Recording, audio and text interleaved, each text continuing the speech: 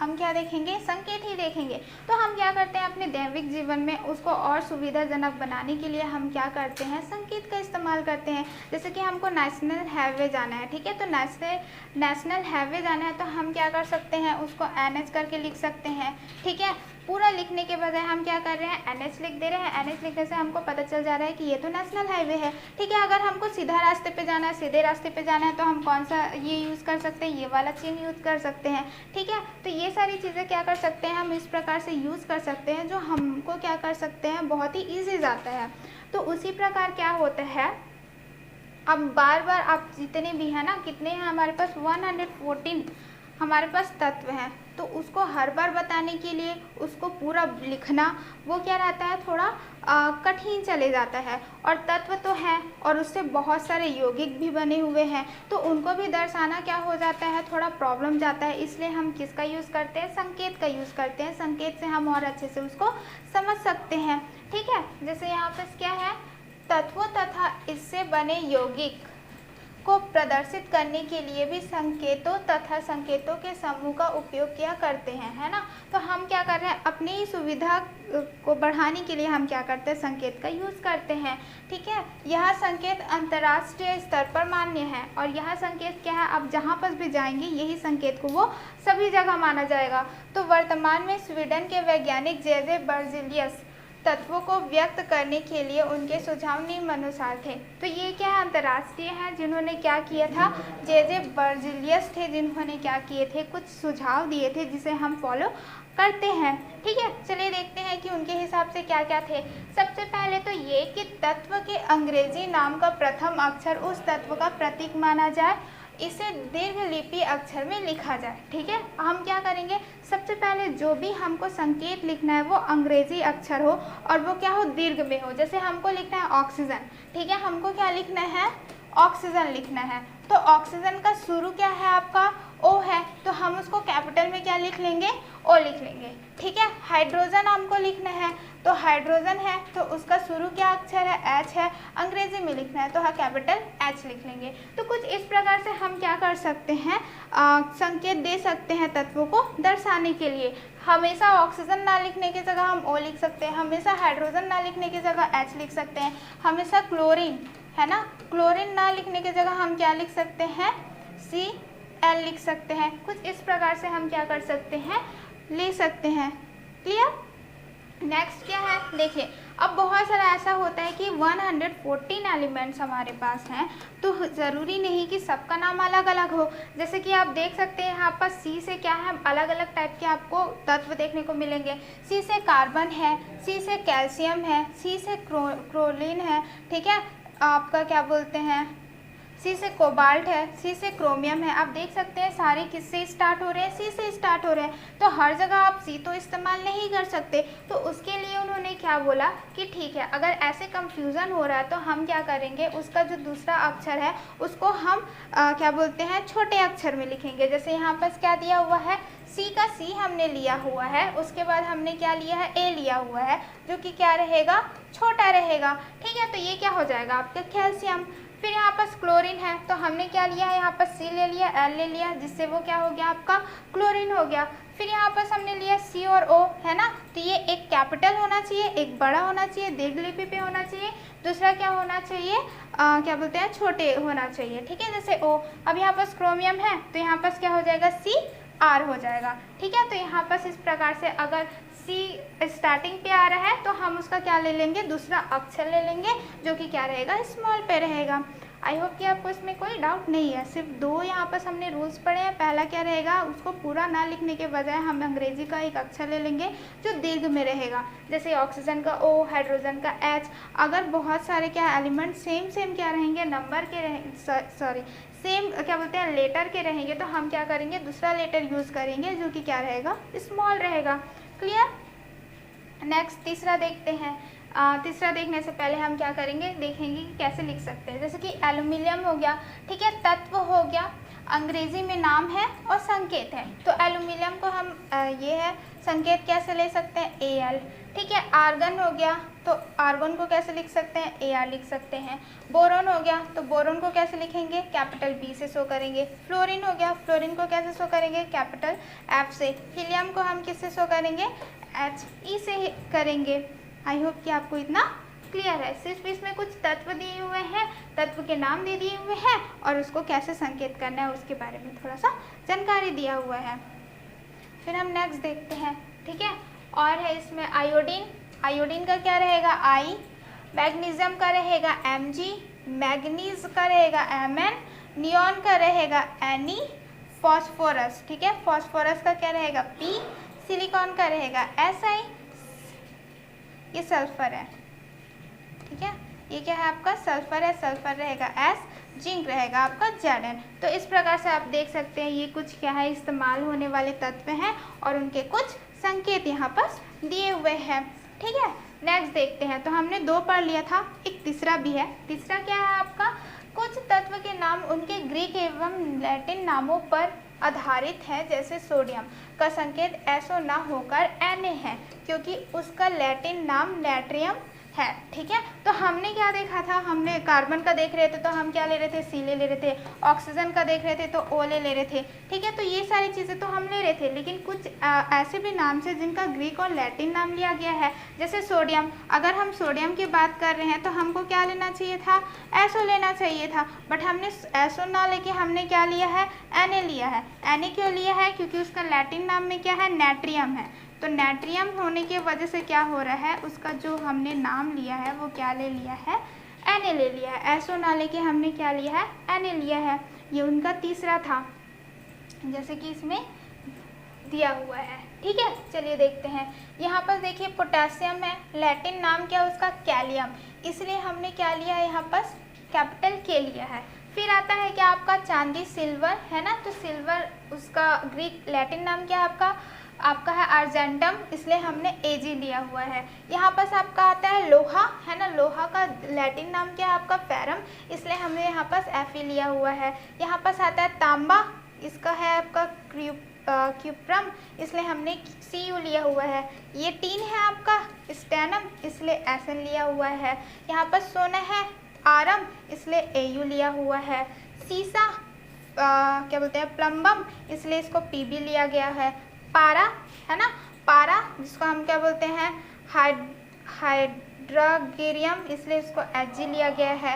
Antimony यहाँ पर क्या रहता है इसका स्टीबियम, स्टीबियम के लिए हमने ले लिया है Sb। तो आप देख सकते हैं ऐसे बहुत सारे क्या होते हैं संकेत होते हैं जिसको हम क्या बोलते हैं, उसका रियल नेम ना, तत्व का नाम ना लेके हम उसका क्या करते हैं, लैटिन या तो फिर ग्रीक नेम लेते हैं। यहाँ पर सारे जो हैं वो आपके लैटिन नाम से लिए गए हैं, ठीक है। नेक्स्ट देखते हैं, फिर हम देखेंगे सूत्र, फॉर्मूला। पहले तो हम क्या देख रहे थे, संकेत देख रहे थे कि इतना नाम ना लिखे, इसलिए हम क्या कर रहे थे, सिर्फ OH Cl Ca इस तरह से क्या ले रहे थे, हम सिंबल ले रहे थे। उसको अब हम देखेंगे क्या, फॉर्मूला। तो फॉर्मूला हम कैसे, सूत्र कैसे लिख सकते हैं किसी भी चीज़ को क्या बोलते हैं, तत्व को लिखने के लिए। तो सबसे पहले हम देखेंगे क्या, सूत्र के द्वारा किसी तत्व अथवा यौगिक के एक अणु में उपस्थित परमाणुओं की संख्या की जानकारी मिलती है। अगर हम सूत्र लिख रहे हैं तो सबसे ज़्यादा हमको क्या करना पड़ेगा, जो भी हम अणु बना रहे हैं उसमें कितने परमाणु संख्या उसमें उपस्थित हैं वो हमको जानकारी मिल जाती है, इसलिए हम क्या करते हैं, सूत्र लिखना प्रेफर करते हैं, ठीक है। कुछ तत्व अपनी सामान्य अवस्था में परमाणु के रूप में तथा कुछ अणुओं के रूप में मिलते हैं। तो कुछ तत्व क्या होते हैं, फ्री स्टेट में, मतलब कि ऐसे ही मिल जाएंगे, ऑक्सीजन मिल जाएगा, ठीक है। ऐसे करके क्या रहते हैं, कुछ अपने सामान्य अवस्था में मिलते हैं। लेकिन कुछ ऐसे होते हैं जो क्या मिलेंगे आपको, अणुओं के रूप में मिलते हैं। जैसे कि आयरन, तो आपको आयरन और से मिलता है, ठीक है। जैसे यहाँ पर हमने देखा है He, ठीक है।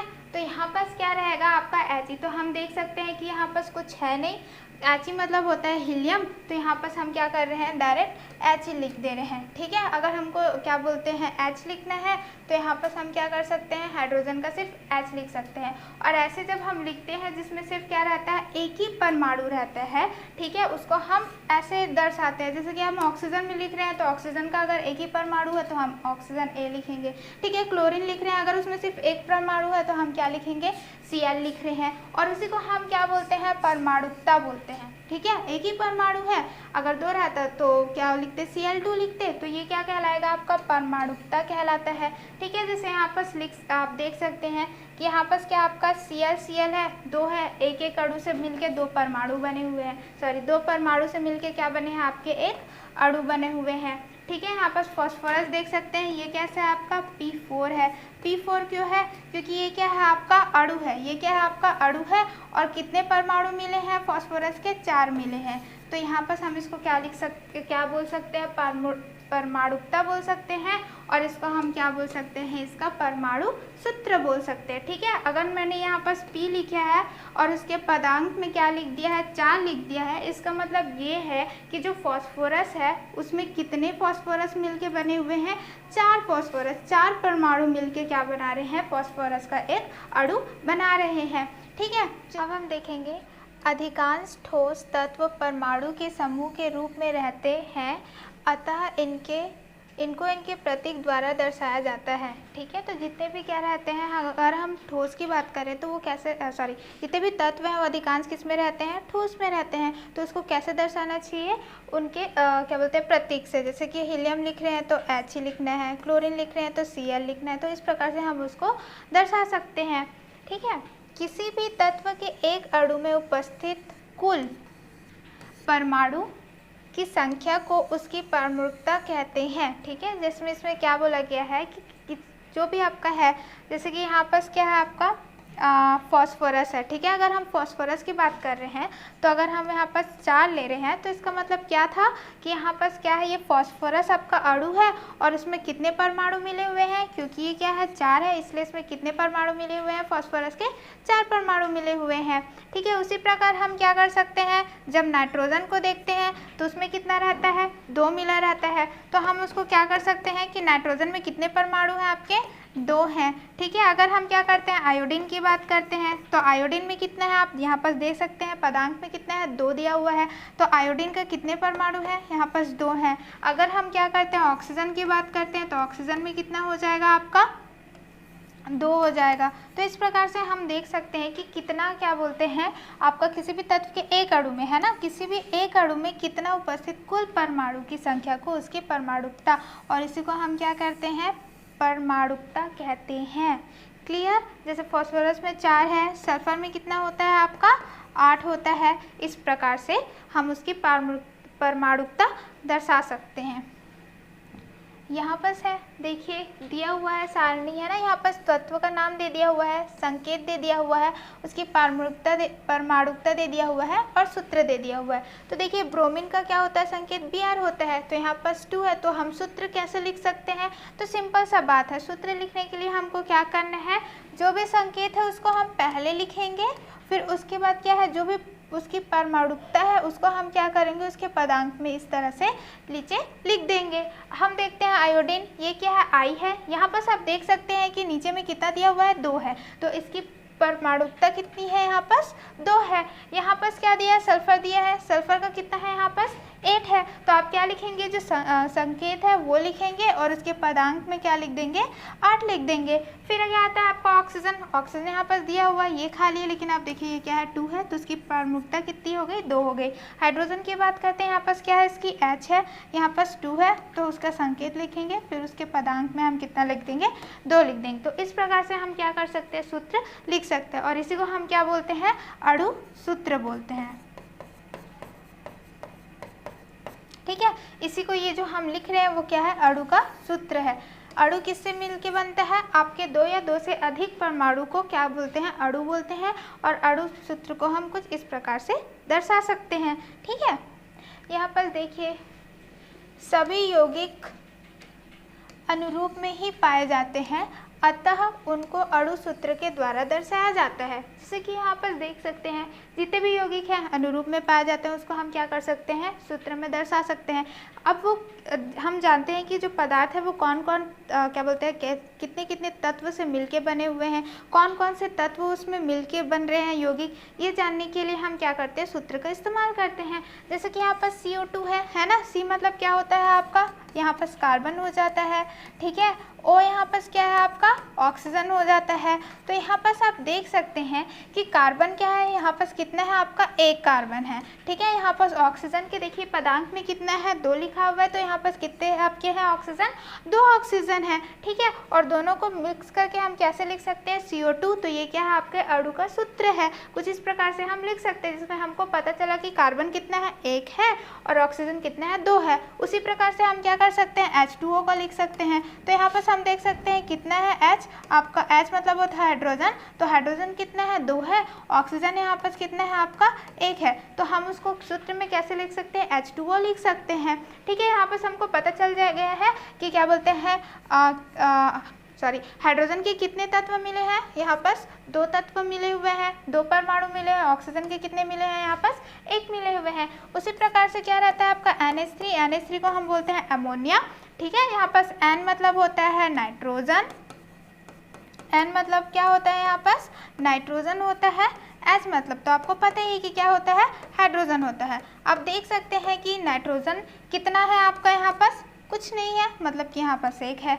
हाइड्रोजन देखिए कितना है 3 है। तो हम देख सकते हैं जो अमोनिया है वो किससे बना हुआ है, एक नाइट्रोजन परमाणु से मिलके बना हुआ है, और हाइड्रोजन के कितने परमाणु मिलके बने हुए हैं, 3 परमाणु मिलके बने हुए हैं। तो कुछ इस प्रकार से आप क्या कर सकते हैं, अणु के सूत्र से उनको आप दर्शा सकते हैं, जिसमें हमको पता चल जाता है कि कितने परमाणु मिलके आपके अणु बनाते हैं।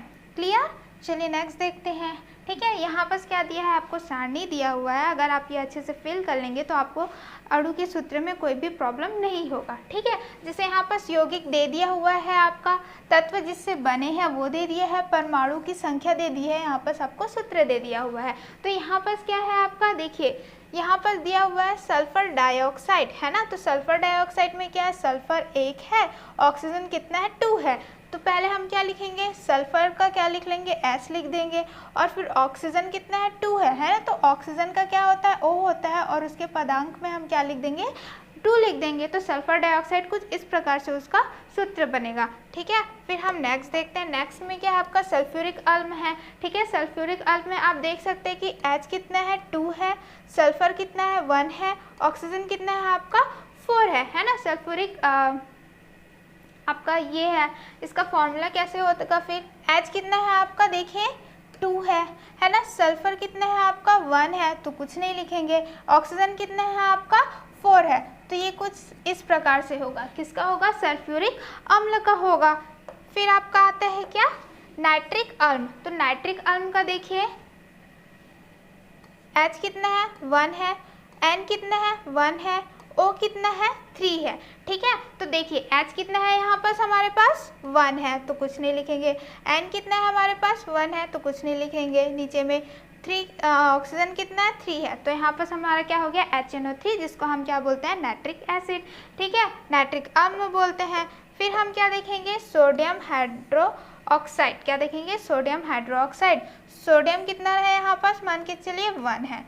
O कितना है आपका यहाँ पास 1 है, H कितना है आपका यहाँ पास 1 है।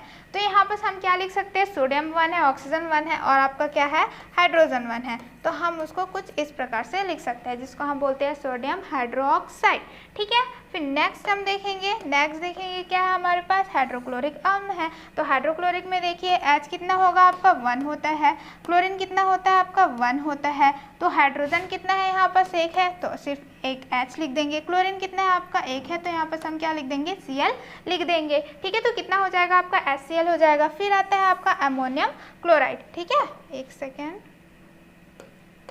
क्या लिखेंगे हम अमोनियम क्लोराइड। तो अमोनियम क्लोराइड कितना रहेगा, देखिए N कितना है आपके पास 1 है, H कितना है आपके पास 4 है, क्लोरीन कितने पास है आपकी 1 है। तो हम क्या लिखेंगे, N एक ही है, सिंगल है, H कितना है आपके पास 4 है, क्लोरीन कितना है आपके पास 1 है। तो यहाँ पास हमारा क्या आ गया, अमोनियम क्लोराइड आ गया, है ना। फिर हम क्या देखेंगे, लास्ट क्या हमारे पास सोडियम कार्बोनेट है।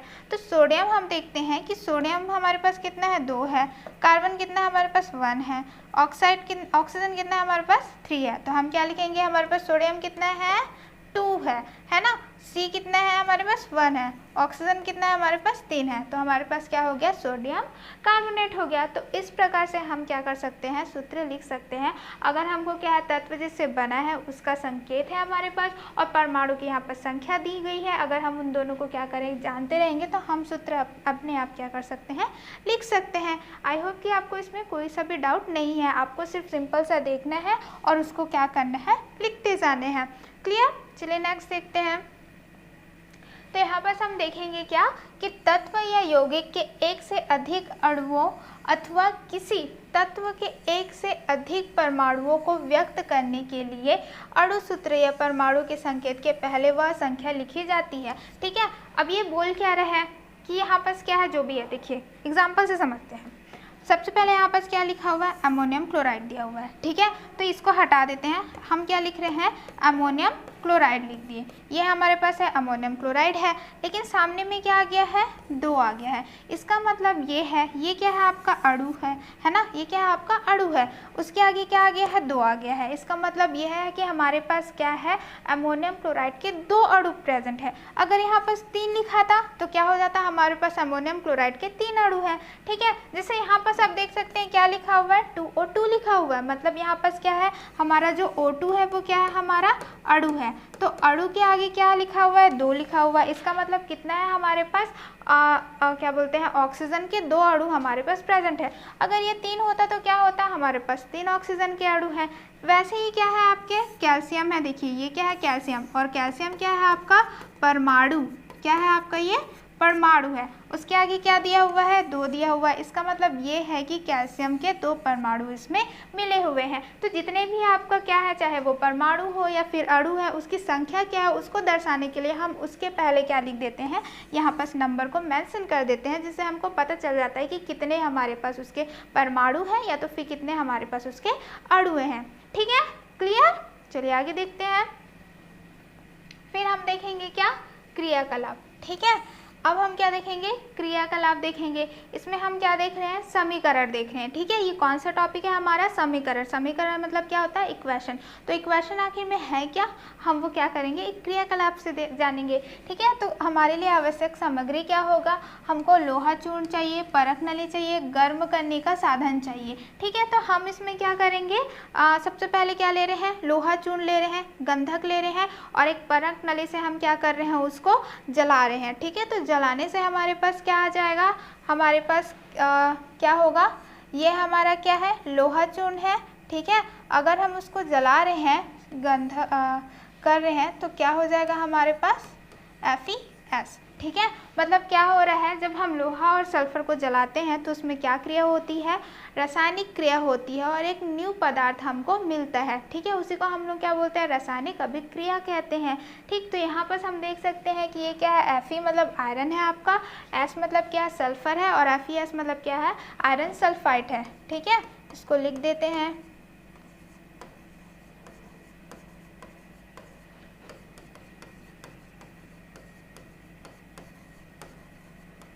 तो आपका ये क्या है आपका समीकरण है, इसी को हम क्या बोलते हैं इक्वेशन बोलते हैं। ठीक है, तो यहाँ पर देख रहे हैं कि इक्वेशन में और क्या क्या चीज़ें हमारे पास यूज़ होती हैं। तो हमने क्या लिया है सिंपल सा एग्जांपल लिया है आयरन और सल्फर का, दोनों का क्रिया करवाया है और हमको मिला आयरन सल्फाइड। ठीक है, तो यहाँ पर देखिए जब हमारे क्या रहते हैं लेफ्ट हैंड साइड में जो क्या करता है क्रिया करता है तो उसे हम क्या करते हैं अभिकारक कहते हैं। क्या कहते हैं अभिकारक कहते हैं। फिर क्रिया करके जो भी हमारा क्या होता है उत्पाद बनता है या भी जो भी चीज़ें हमें मिलती है उसे हम क्या बोलते हैं क्रियाफल, जो कि क्या रहता है हमेशा राइट हैंड साइड में रहता है, उसको हम क्या बोलते हैं क्रियाफल बोलेंगे या फिर मोस्टली हम क्या बोलते हैं उत्पादन बोलते हैं। ठीक है, क्लियर इतना कि हम क्या कर रहे हैं दो तत्वों का हम क्या कर रहे हैं क्रिया कर रहे हैं। तो रासायनिक होता है इसलिए इसे रासायनिक अभिक्रिया कहते हैं। जो लेफ्ट हैंड साइड में रहता है मोस्टली क्या रहता है अभिकारक रहता है। अगर अभिकारक एक से ज़्यादा है तो हम उसको क्या करते हैं जोड़ के चिन्ह से क्या करते हैं दर्शाते हैं। जैसे कि यहाँ पर आप देख सकते हैं मैंने यहाँ पर प्लस का साइन लगाया हुआ है, जोड़ का साइन लगाया हुआ क्योंकि यहाँ पर एक अभिकारक है, 2 अभिकारक है, तो दोनों को क्या करने के लिए, दर्शाने के लिए मैंने प्लस का साइन लगाया है। ठीक है, फिर उसके बाद वो अभिक्रिया बनेगा, अभिक्रिया बन के क्या बनेगा, जो भी चीज़ें उनमें क्या होगी, न्यू पदार्थ बनता है ना।